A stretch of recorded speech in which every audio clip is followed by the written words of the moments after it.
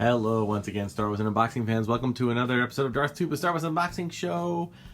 Shelf talk? Or are we really on a wall talk?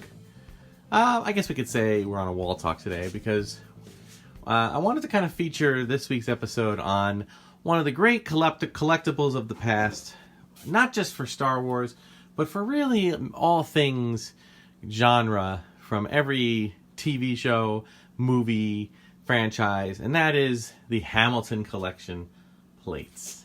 Now, the Hamilton Collection was something that was, came out probably starting in the 60s or 70s with just commemorative plates for different things. And if you bought one, they would send you a new one in the mail every few months, and you paid for it after the fact. It was kind of a brilliant scheme and scam, and something. Not really a scam. It was, as you can see, these are really nice. But they would send you the plate, and then you would have to pay for it, or you'd have to mail the plate back. And it was just more convenient to just pay for the thing. So we ended up, picking up a lot of the plates. So I'm just going to kind of go through the plates right now and kind of walk through it. I'm going to start kind of here. And these are paintings, okay?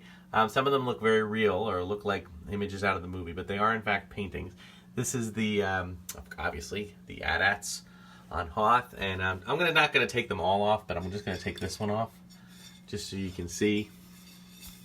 Yes, this is in my basement, so you're looking next to my water heater and stuff, but here it is, Imperial Walkers, 5th issue.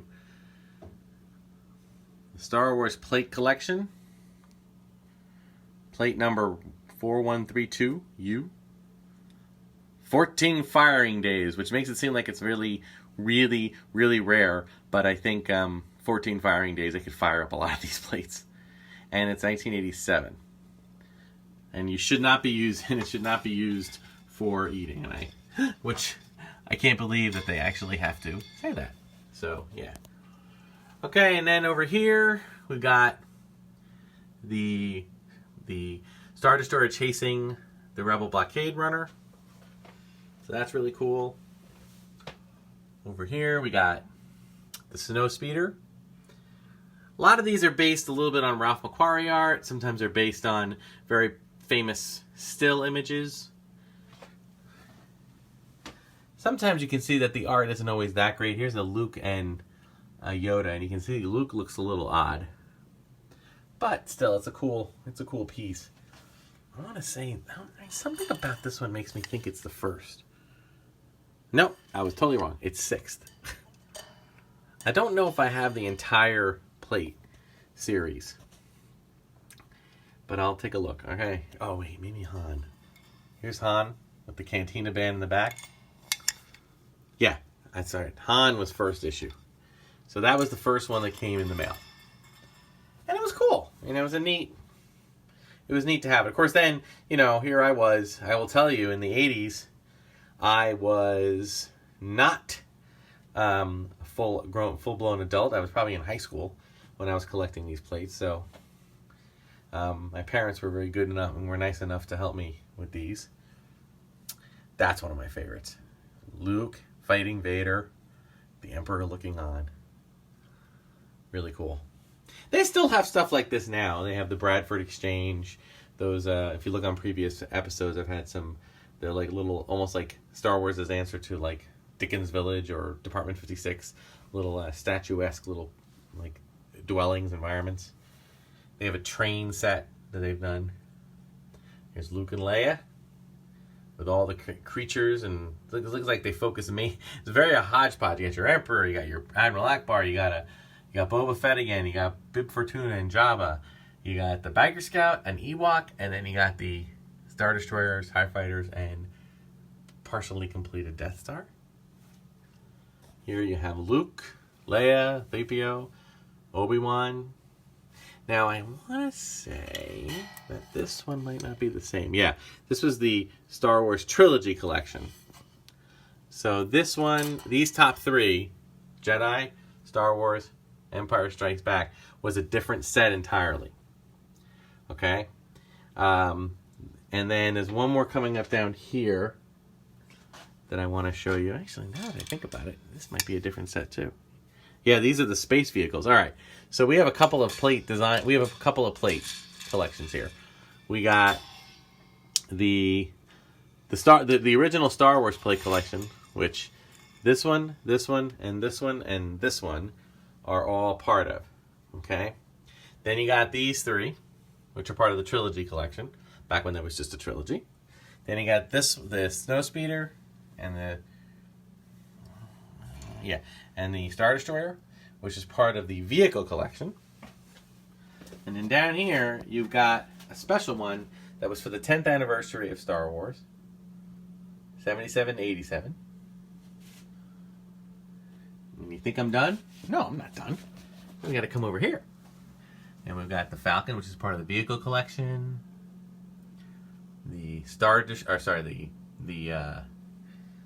Imperial Shuttle, which is part of the plate collection. The TIE Fighter is part of the plate collection, coming out of Cloud City.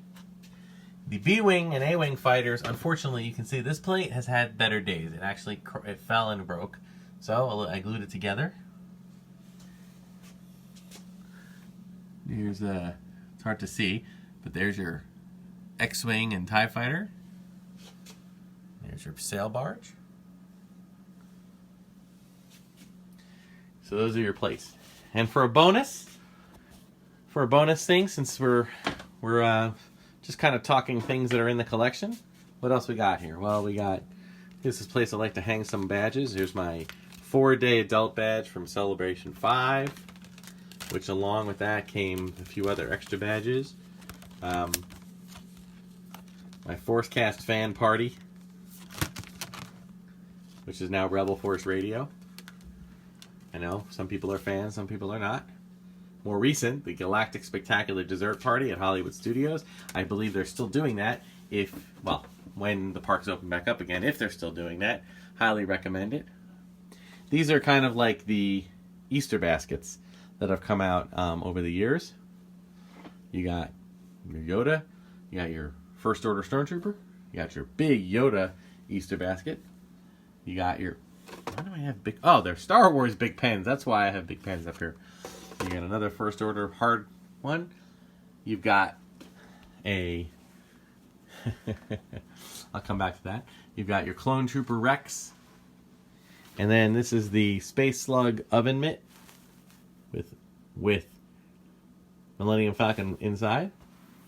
I miss the Think Geek store. This is the Millennium Falcon playset or toy set from Solo.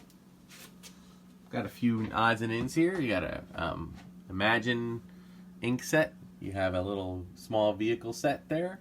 You got a Empire Strikes Back cake topper. You got some erasers that I picked up in Europe.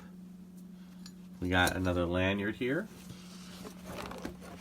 Okay, and up top we got a couple of those very large Pez dispensers. This is actually a clock and it spins really fast. And then you have an Ultrarama display kit with some pins. Baby Groot, because he's Baby Groot and Baby Groot's cool. Okay, this is actually an Ultrarama kind of set. Unfortunately, up top, I think I need to reset it because a lot of the figures up top have fallen. So I'm probably taking that whole thing down and redoing it. And then up top, you got a few things. You'll probably find their way in the unboxing show. Some of the titanium figures. Okay, so, I'm proud of the collection. I recognize that, I'm putting it up in a boiler room and in a basement area, so, it's not always as glamorous, but I do enjoy being able to display them any way that I can. So that'll do it for this week's episode of Shelf Talk. Like, subscribe, hit the notification button. Thank you to all of our new subscribers, and please spread the word. More episodes of all different variety coming. Thank you so much for watching. Until next time, may the Force be with you.